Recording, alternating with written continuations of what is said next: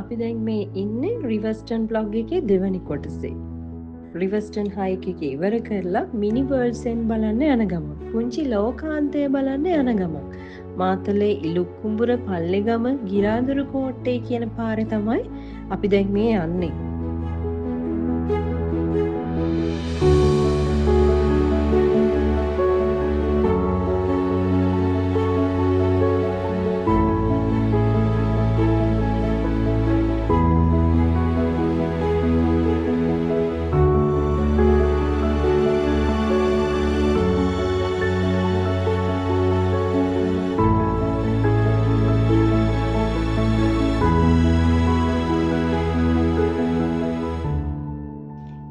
පාරේ මිනි වෝටර්ෆෝල්, view point, මොනරම් කඳු ඇටි, හරිත වනාන්තරයක් මැද්දෙන් තමයි පුංචි ලෝකාන්තය එමත් නැත්නම් පිටවල පතන ළඟට අපි යන්නේ.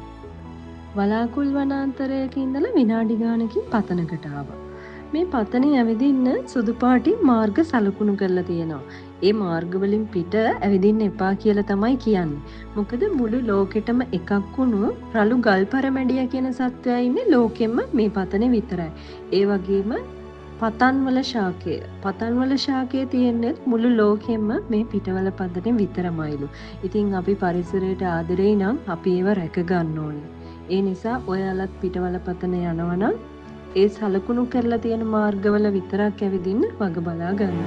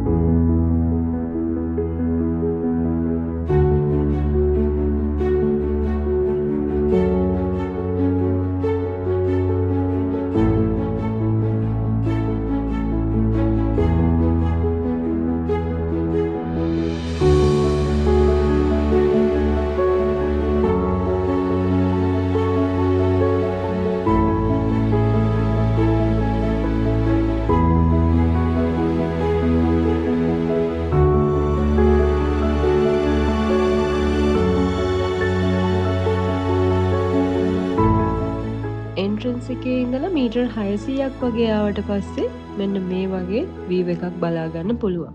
මෙතන අඩි 1000ක වගේ ප්‍රපාදයක් තියෙනවා.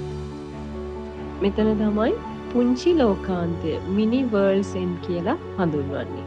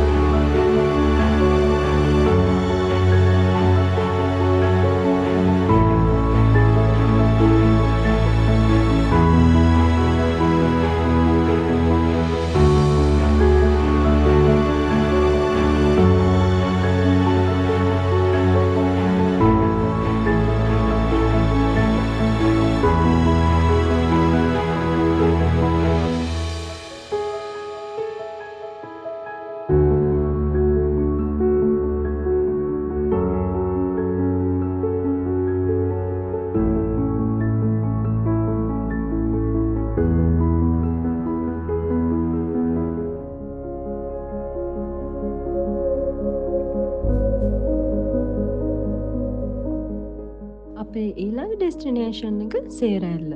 පිටවල පතනේ ඉඳන් කිලෝමීටර් 12ක් වගේ දුර තියෙනවා සේරැල්ලට.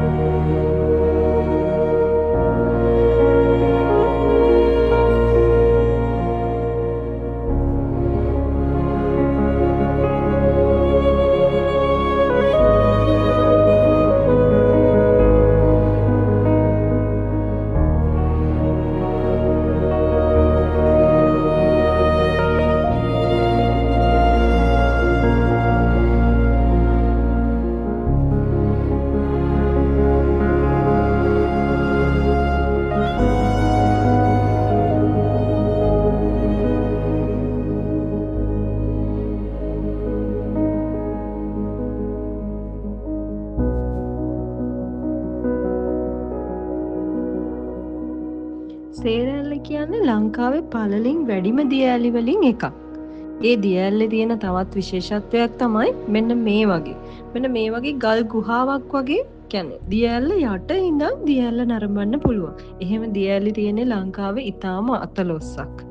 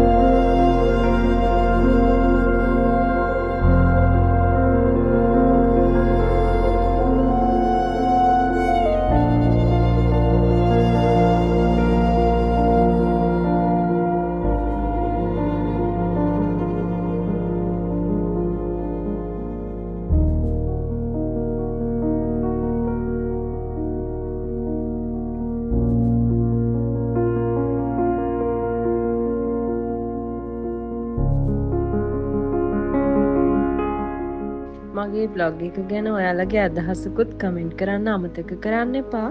එහෙනම් අලුත් දවසක හම්බෙමු. මගේ channel එකත් subscribe කරන්න, like කරන්න, share කරන්න.